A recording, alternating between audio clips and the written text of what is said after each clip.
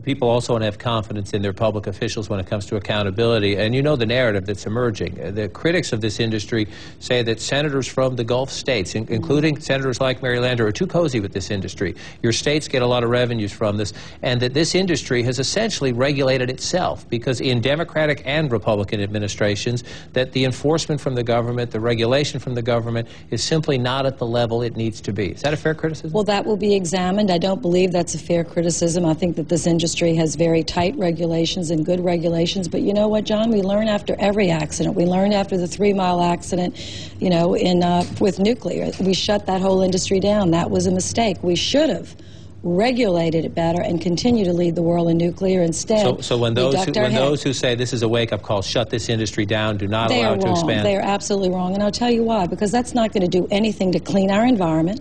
It's not going to do anything to create jobs. We'll lose jobs. And it's not going to do anything to make America safe, independently, energy independent. And those are the 3 things we need to do. Moving this industry off of our shores onto other shores where they don't have the kind of tight regulations, where they don't have the kind of court system where we do, where they don't have the kind of transparent government that we have, would be wrong, and it would be a mistake. And I want to make this point, 2 things. We use 20 gallons of, 20 million barrels of oil a day. We only produce 9.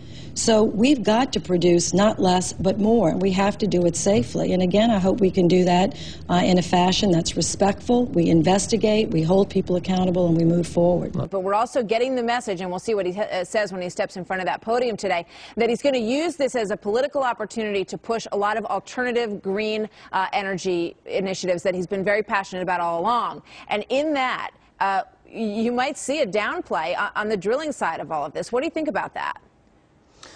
Well, the president is in a very difficult position, because his own party doesn't like drilling at all. His critics, the right wing wants to do more drilling, and he's trying to find the way forward, and it should be based on what's right for the country and the right science, which is let's, review carefully this deep water drilling. We obviously need the oil and gas.